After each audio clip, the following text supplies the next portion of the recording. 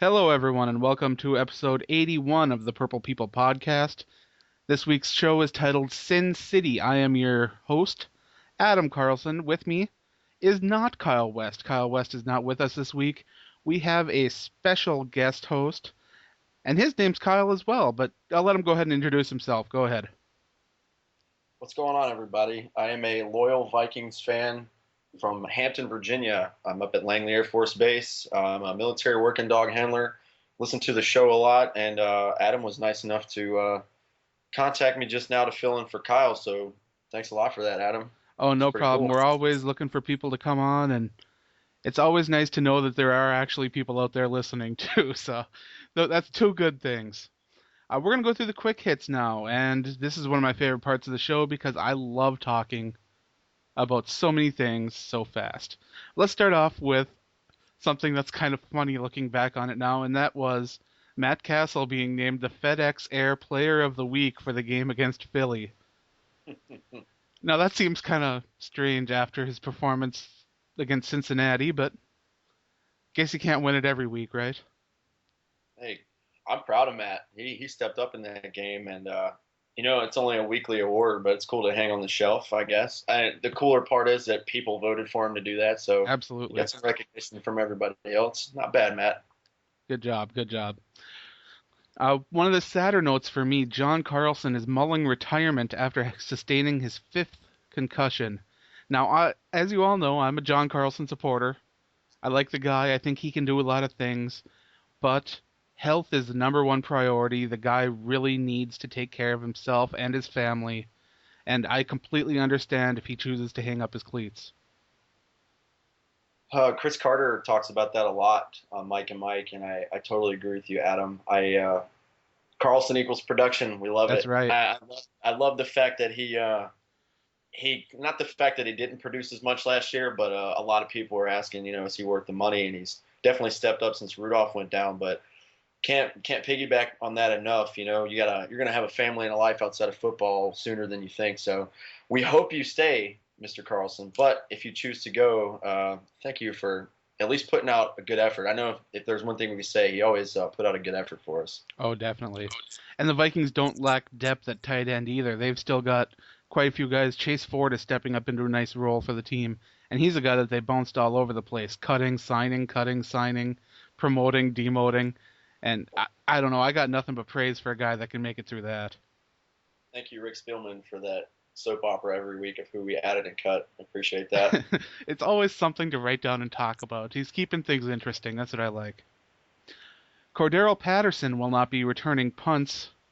Apparently, he will stick to returning kicks because they feel that the punt return game is too dangerous for their player.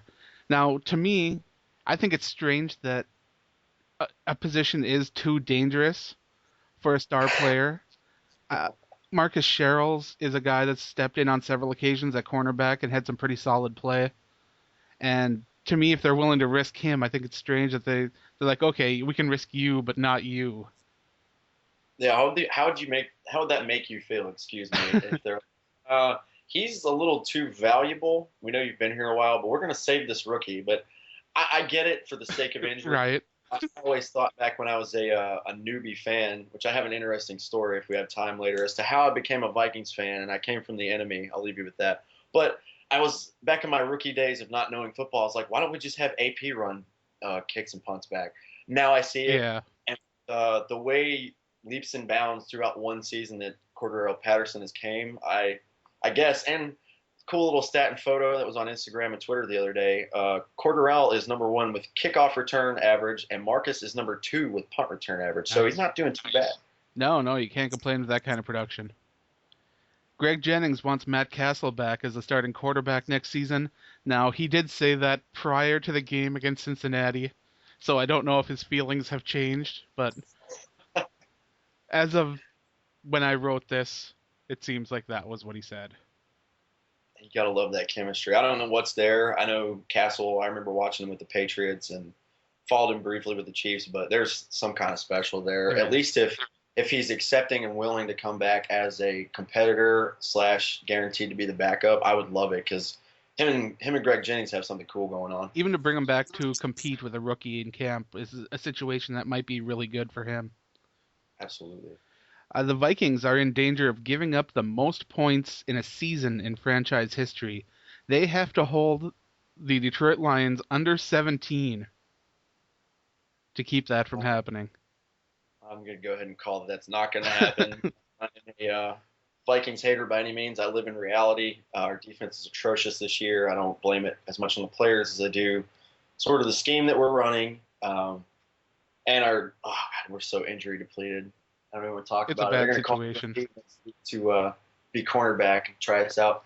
But yeah, I can remember that from a long time ago. My longtime Brett Favre fan was excited to get him, and with all the good defenses that we've had, just like with Favre having the most interceptions, this is not one of those stats that you want to have. And I hope and pray we hold him to a field goal. Oh, it would be nice if they didn't get that, but oh well.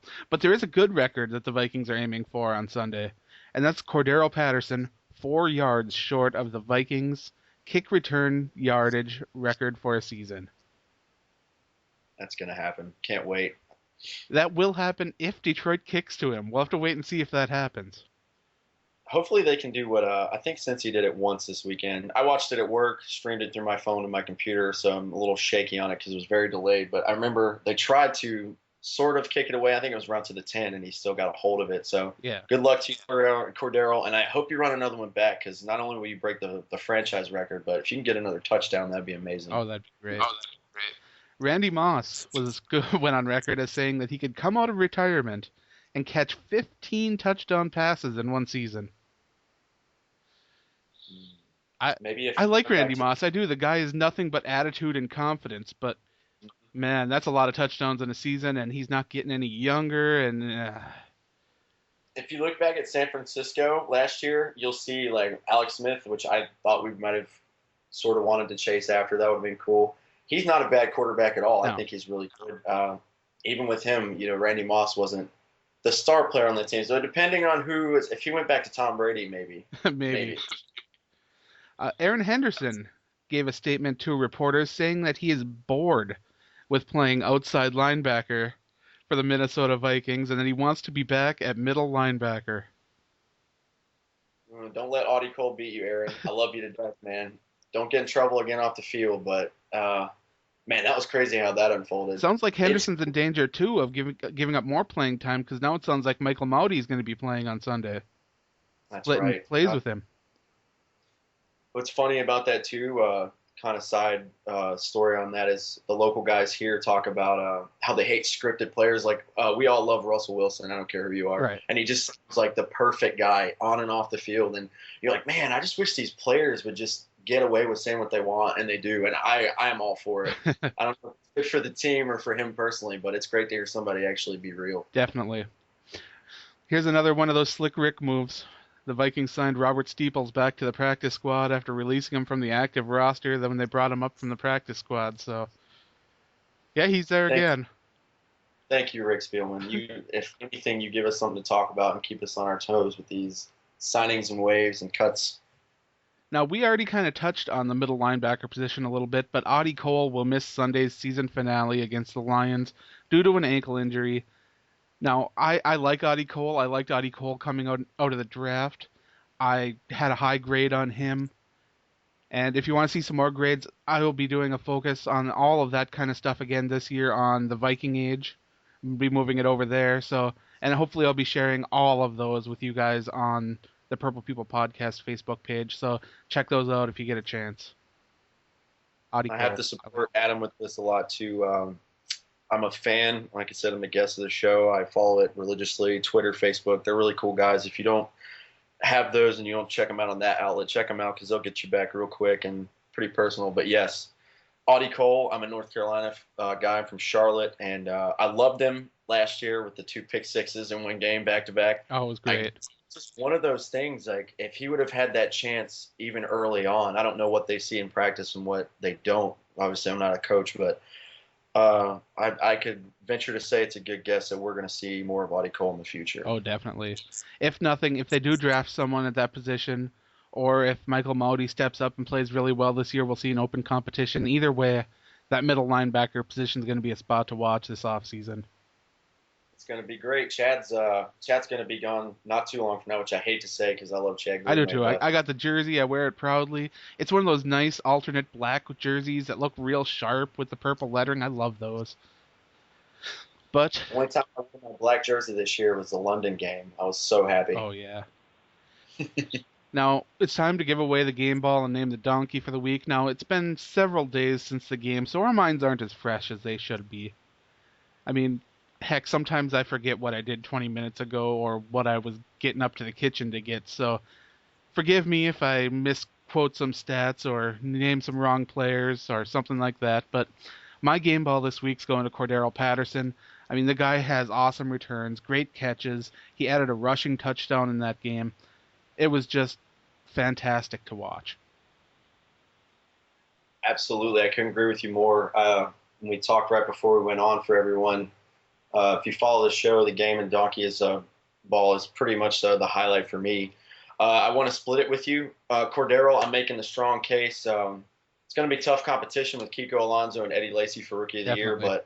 but and Keenan Allen for that matter. But when you score in every aspect and you make such an impact, and if you look at Cordero, he didn't start surfacing until he started returning, and it was after the first quarter of the year he started to produce. So Right. really, if you want to take it away, I would say in 12 games is when he really started to shine. So it's even shorter. But I'm going to give the partial game ball down to Aaron Henderson with a forced fumble, which was amazing. Kudos to Jamarcus Sanford for being heads up and picking that up, but also with 5 assisted tackles and 12 total. He might be bored, but he's doing a pretty good job. So thank you, Aaron Henderson, for a good game. That's right. Now for our donkeys, and I know that we all hate giving out the donkeys because we love our Vikings. We love all our Vikings players, but this mine has to go to Fred Evans. Just too many ridiculous penalties. I mean, what was it? 2 plays not too far away from each other that he was just jumping off sides. I don't usually yell at the TV very often. I think that like the last time I yelled at the TV, I was watching hockey. For some reason, I get really emotional when I watch hockey, and when I watch Vikings football, I'm quiet and introspective. But Fred Evans really got me yelling at the TV. Those Yeah, penalties were just bad. that was. It's not one of the things the Vikings are really known for penalties, but I know I was getting very annoyed. Like I said, I'm in the military. I didn't have much to do on Sunday for the Christmas schedule, but I just remember twiddling my thumbs a lot for the game for the penalty stuff. So, yeah, it was very uncommon. If you're ready, my donkey goes to the offensive line today, and I hate to say that. We've got some pretty good people up on the front, but if you look at the way Matt Castle played in Philly and how when he's had really good games, and I know this is generic stuff you'll hear from everyone, but when he's protected, yeah, I think it was the Philly game. I'm not sure. It was something recent when he started, but he was hurried, but he did the little Brett Favre pump, and then he made an awesome throw to Greg Jennings. Even when he's under pressure, he knows how to step in and make good throws, and he's got a pretty good arm. Definitely, But his Matt pocket presence Castle, is something that really people forget about him. I mean, Ponder was always rolling out, and he'd get himself in bad positions, running into people. And Castle has had that veteran experience to know to step up in the pocket and get rid of the ball. So it's awesome to see him doing that. And we touched on Cordero Patterson in the rushing game. He had 54 yards on 3 carries, and that touchdown, which was pretty awesome. Adrian Peterson aggravated an injury, and after 11 rushes, 45 yards, he had to leave the game. He was questionable to play in this game anyway, and to be honest, I'm kind of surprised the team hasn't shut him down. I know a lot of teams would. it's very disheartening to see somebody with Adrian's caliber having to sit, but I can't blame the coaching staff. I'm glad they pulled him. I wish they would have talked some sense into him just to have him to stay because that leads to the whole other conversation for Toby Gerhart. Is he going to be with us next year? If you ask me personally, I don't think so, but I'm sure if he was healthy as well, it could have been another game for us to kind of showcase him. So I'm glad they saved Adrian. I really hate to see him playing the whole season just kind of banged up from week to week, but hopefully the coaches know the right thing to do. I'm sure they'll make the right decision again. Oh, definitely. As we said earlier, the passing game was pretty horrendous, so the receiving numbers are not beautiful. Jarius Wright with 1 completion for 36 yards led the receivers. and that's pretty much a joke. But he did find the end zone, so we got to That give was Jarius right that. a sweet play. Good job, Matt Castle, and good job, Jarius. I mean, if you've seen it earlier in the year too, when we played Seattle, we played really well most of the game. And I don't know if I have to give us somebody that I want us to come back to, it's Jarius, right? Because maybe it was a fluke play, but earlier, like I mentioned, the Seattle game, he did a juke on Richard Sherman, arguably the best corner, and he's just got these really good moves. He's really elusive. I like to call him Percy 2.0 without bringing up all the bad pass. So Yeah. kudos to Jarius, right? Like you said with the passing as well. Greg Jennings had 4 receptions for 27 yards, but uh, I feel bad for Castle for this weekend. He had an overall rating of 32.6 if you guys missed the game, so you didn't miss much. No, no. His most targeted wide receiver was Cordero Patterson, who was only able to reel in 3 of them for 8 total yards. He's a weapon that really is being underutilized, but you got to remember Cincinnati's defense is not a joke by any means. These guys are tough, and really we knew coming into this game that the Vikings were going to struggle offensively. Yep, and we have not and could not beat anyone on the road this year, so we had the odds stacked against us. I give the guys credit every week, like always, like the coaches say, give them heart. They haven't stopped playing, that's obvious, but Now, I hate it that was the just Vikings are winless on the road. I don't believe that. I even though that London game was a home game, I am right. calling that road because that's as road as it gets in the NFL. I absolutely would agree with you there. I don't like the London series anyways, in my personal opinion, but I will say this: I agree with you 1,000%. It was a away game. Obviously, it wasn't the Metrodome, but um, there was a lot of purple there. Oh yes. I was really surprised that many Vikings fans were in And the London. thought So of all those beautiful ladies with English accents wearing Vikings jerseys, man, that's just too much to handle sometimes. Now let's talk about the Vikings defense. Andy Dalton completely shredded this Vikings team, and he showed everybody earlier in the week. I'm going to go backtrack a little bit here. Vikings head coach Leslie Frazier said that the Vikings did not make a mistake when they took Christian Ponder over Andy Dalton.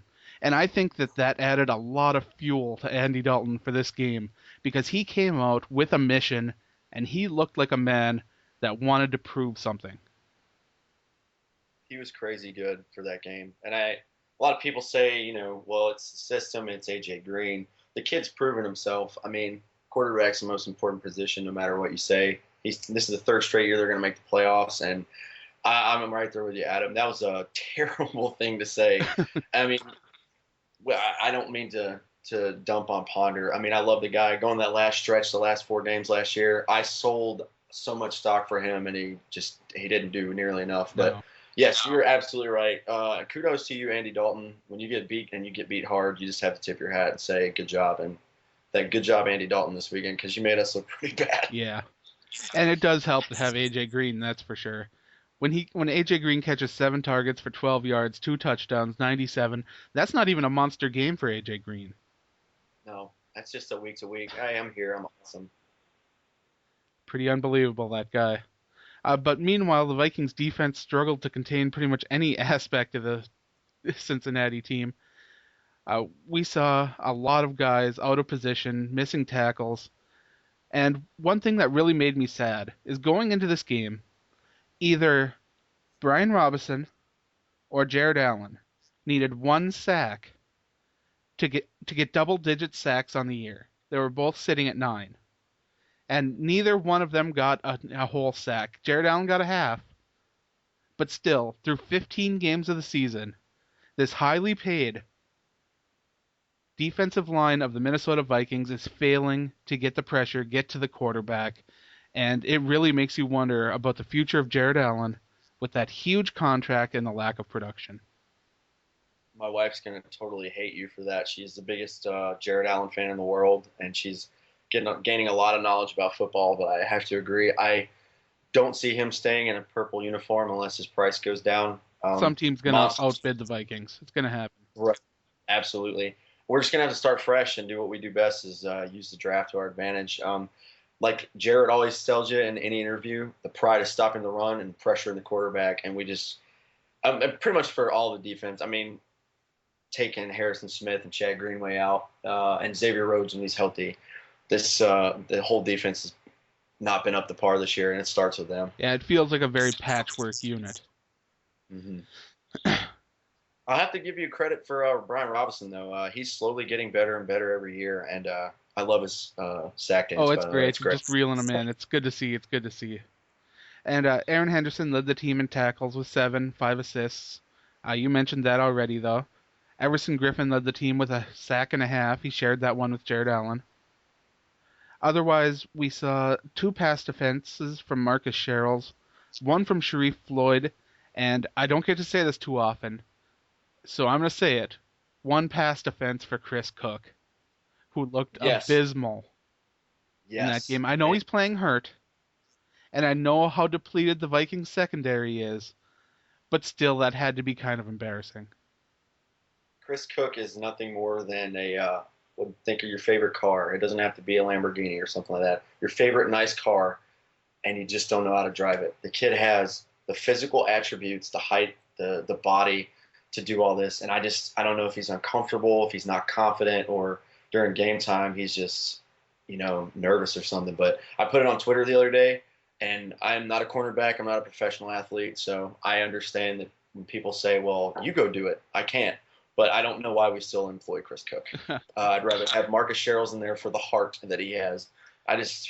He's terrible. Well, they're already He starting is. guys off the street. I mean, when you got guys coming in that used to play for the former team just because, Sean Prater, why not, right?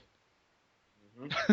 He's bad in that game either, that just says even more to the argument for Chris Cook being gone. That's true. Sorry, buddy. All right, before we close, I do want you to tell that story about how you became a fan. Oh my gosh, this is my favorite. I've got 2 small stories, and we'll be done if you're up for it. The first one, interesting note that I heard this week, sort of a spinoff from a radio program I listened to. I don't believe it. I believe it's going to be goodbye for Leslie Frazier, but interesting spin, and I'll take your thoughts on it. Someone said that Leslie Frazier and Jim Schwartz, depending on whoever wins this weekend, will keep their job. How do you feel about Leslie coming back? Would you want to, and what do you think is going to happen? Here's how I feel about it. I like Leslie Frazier. I do. I think he's a good coach for players. I think if he had more support from his coordinators, that he could be an excellent coach in this league. But I really think he's being dragged down by both those coordinators, especially the defensive coordinator. So I know a lot of people are harder on Musgrave, but I think that defensive coordinator position is so much weaker. And if there was more strength there, I really think Leslie Frazier would be able to have a better grip on this team. Absolutely, 1,000% agree. If there's 2 changes I want gone, sorry, I'm going to live up to the standard with the other Kyle, but I just want to see Adrian utilized better. I want to see Cordero used better. I want a new offensive coordinator, and I think with the numbers, how you said we're almost as bad as the Cowboys this year. We're going to have to say bye to Alan Williams. I totally agree. I love Leslie. He, like you said, you nailed it on the head. He's an absolute fantastic stand-up guy off the field. I feel like he knows how to – he feels like a dad, like he really does. And I feel like he individually will talk to them like, son, go out there and give it your all today. And he'll find a way to motivate. But I don't know. I think it would be nice if he does go to find somebody with a lot of fire, a Mike Tomlin type, something like that. But we can go into that later. Let's get into this story about how I became to a yeah, this should be interesting. You guys will hate me at the beginning, but I'll tell you why. And it couldn't be more true. I wish my father was here to attest to my words I said a couple years ago. I'm from Charlotte, North Carolina. I was born in 1988, so I'm 25 as of right now. I turned on the TV when I was 5 in 1993, and I saw this guy named Brett Favre slinging the ball around when he finally got his start. And I absolutely fell in love with the guy. Love the guy. Don't care about all of his off-the-field shenanigans. Think he's one of the greatest ever. And I followed him religiously up until his disgusting split with Green Bay. And I told my dad, I said, he's not done playing. He said, yeah, sure you are. Yeah, he's done. Played that little stint with the Jets. Yes, I bought a Jets jersey. No, I was not a Jets fan. I was deployed at the time. I was super happy. They went 8-3 and beat the Pats. And then, of course, Brett Favre being Brett Favre, he decides to play with an injury, and then they go down the drain at the end. So when that season, when he left the Jets, came around, I said, how cool would it be if he went and played for the Lions or the Bears? And he said, absolutely not. Won't happen. Didn't even consider the Vikings. And when he signed, the only 2 things that I could think about were Oh my God, he can throw it to Sidney Rice and he can hand it to Adrian Peterson. Didn't even think about the defense, and we all know how great that season was Oh for us. yes, But I've stuck with the Vikings since that glorious Brett Favre year. Religiously followed every game, every stat you could think of, and obviously Adrian's my favorite player. I love Cordero Patterson, but I love the Minnesota Vikings because we do not have a championship, and there's nothing more obnoxious than a Niners, Cowboys, or Steelers fan who, or now the Pats, to tell you we have this many rings. You know what? I follow a team who's been pretty terrible for up and down a long time. We it's haven't true. been to Super Bowl 40 years, almost what over 40 now. So that's how I became a Vikings fan. And trust me, for all you guys listening out there that love the purple, it will get good. It will get better. And when that day comes around, when we get that Super Bowl, I will meet you wherever you are, and we can be obnoxious through the entire offseason. I'm gonna be absolutely terrible when that happens, and I say when because I'm being hopeful, but I think it will happen, and I hope it will happen. And oh man, that'd be great. I love that story, man. Thanks. And thanks again for being on. I wanted to thank you for being here. I wanted to thank everybody for listening, and I wanted to remind everyone to stay classy, Minnesota.